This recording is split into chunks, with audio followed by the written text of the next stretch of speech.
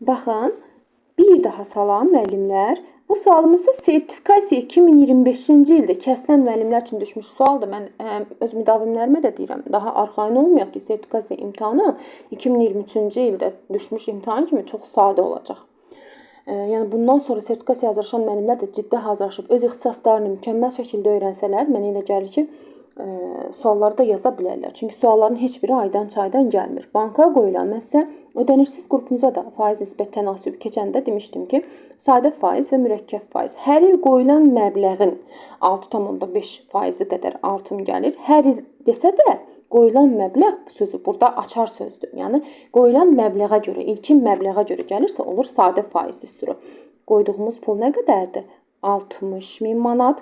Düsturumuz necə idi? 1 üzərinə gəlinsin. 6,5% neçə ildən sonra götürür? 2 ildən sonra neçəyə bölürdük? 100-ə bölürdük. Bunu da orada kalkulyator verirlər, sizə hesablayırsınız. Cavab olur 67.800, yəni C variantı. Keçək növbəti sualımıza.